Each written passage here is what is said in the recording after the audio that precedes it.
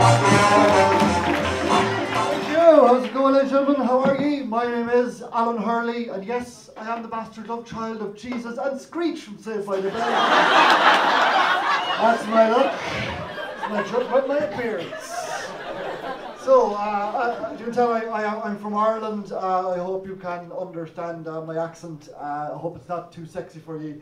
That blows our tiny potato minds when we go abroad and find out that people find our accent really sexy. To find out that there's people out there who find Irish people sexually attractive. I call those people paedophiles. There's something wrong with it. I know what it is, because we're not an erotic nation, really, do you know?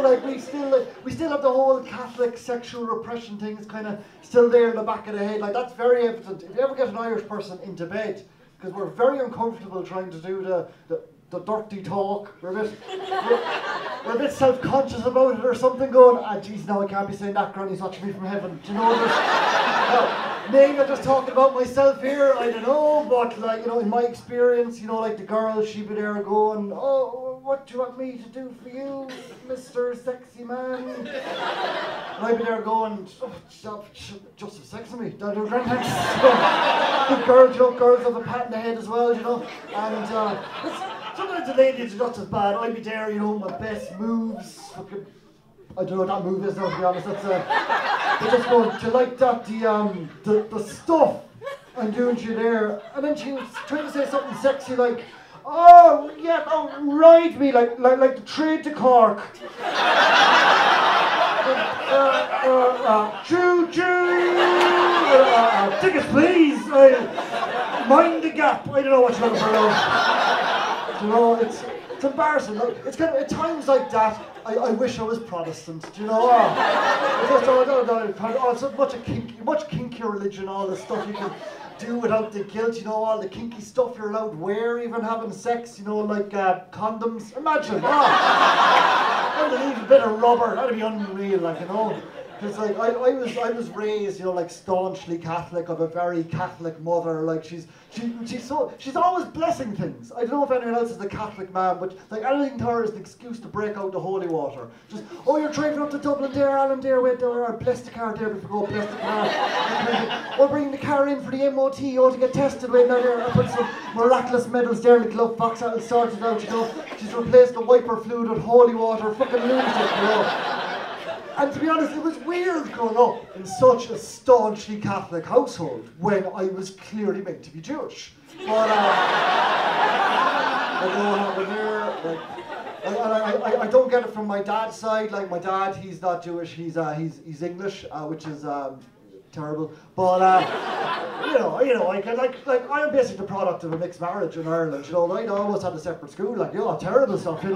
But I'm sure we have a couple of English people in. And when Irish comedians, when we tell jokes about the whole, Ireland, England, animosity that we kind of had there in the past for about 800 years or so. I can't assume that the English people know as much about it as we would. It's not a big a part of their history. They might have maybe learnt a little bit about it in passing in history class. Maybe. See, the difference is when you go to school in Ireland, you fucking learn about it.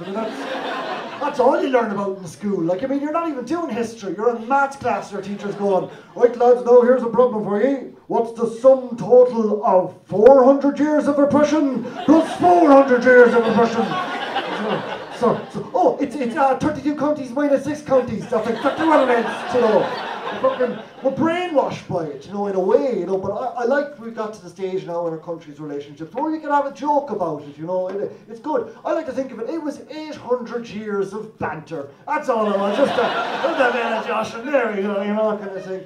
For instance, right, in my group of friends, okay, we have an English friend, okay? Just one, that's enough.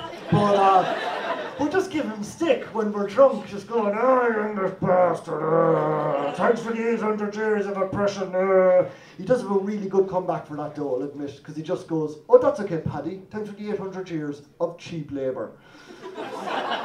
Although now he's a pilot for Ryanair, so who's the label for the cheap pilots? Like, no. Although that's kind of weird, right? Because like a pilot's like a fairly responsible job, you know, not like he's a comedian or anything, you know, but he has some responsibilities, I suppose. But to me, he's still my crazy mate who will go and get fucked up, but you know, so I just want to be on the plane when he does the announcement. You know, where the captain comes on the microphone and goes, "This is your captain, Dan Harrington speaking," just so I can jump up and go, "Yes! I've done drugs with that man!"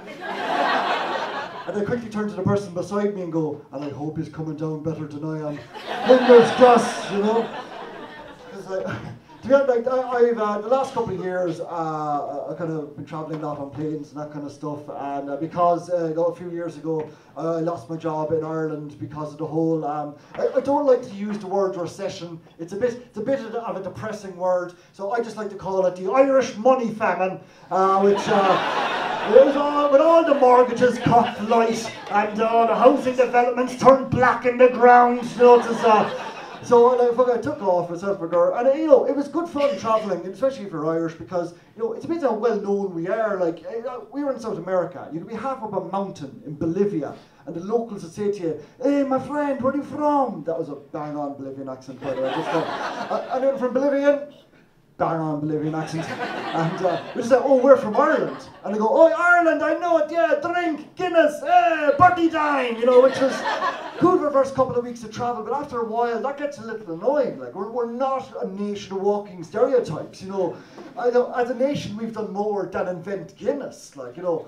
We've also done Bailey's, Jameson, Magners, not just it, you know. But so that's how we're marketed abroad, so that's how they know us. They know us for Guinness, you know. They knew us for U2 as well, unfortunately. But the weirdest recognition we got was in Peru. Myself and my girlfriend, we were there. We were working as drug mules at the time. And we were in this Inca market, and there's this guy bantering us, going, "Hey, my friend, where are you from?" There's only a so-so Peruvian accent. And we said, "Oh, we're from Ireland," and his face lit up, and I shit you not, this guy just goes, "Oh, Ireland, Sinn Féin, Éireann go Bragh, terrorists!" Oh, holy shit, where'd that come out of? Like trying to explain to him, you know, like, Sinn Féin, that's a different type of group to you too. But, though I suppose over the years, they have had more hits. But, fuck it, it's a pun, but I like it, fuck it, you know. Although if you think about it, that kind of stuff, it actually is kind of almost borderline racist against Irish people in a way, you know. Although, funnily enough, the weirdest time that I was ever, like, you know, the victim of racism was in Ireland, in my hometown of Cork, right? It was a good couple of years ago. I was much younger, more carefree. I had even more ridiculous hair. It was huge. And I was just wandering down the street, and this owl fella just stumbled out of a pub, and he started shouting at people. And he clocked me coming down the street, and his hand shot out, and he went, "Here, you! Fuck off home, you black bastards!" Holy shit, what a terrible racist. Like, as if this guy is terrible at being racist. I'm whiter than Michael Jackson, like, I don't know what he's talking about. But I just started laughing, and he just said, "Oh, you're laughing up, you black bastard, with your fucking afro." I thought, oh, okay, maybe I got this guy wrong. Maybe he's not a terrible racist. Maybe what this guy is, he's just a very progressive racist. Because here's a guy who's clearly racist, yet at least he didn't judge me by the colour of my skin. So, like, after all, was that not Martin Luther King's dream all those years ago when he said in that speech, you know, "I have a dream that one day my 4 little children will live in a nation where they will be judged not by the colour of their skin, but by the content of their hairstyle." Something like that. I think I might have got the end of it wrong, to be honest. That's my fault, because I tend to doze out a bit when people start talking to me about their dreams. Like, fucking boring. But, you know, but I want to leave you know, with an idea, just, you know, something that I was thinking about today to make the world a better place. And I just wanted to share it with you. What it was, right? It's actually, it's a road safety idea. Very simple enough. And my idea is this, right? Do you think that speed bumps would be more effective if they let out a little scream as you went over them? I think they would, you know, and you can make them touch sensitive as well. So if you go over it quickly, you just kind of hear, "Ah, jeez, me pelvis," you know.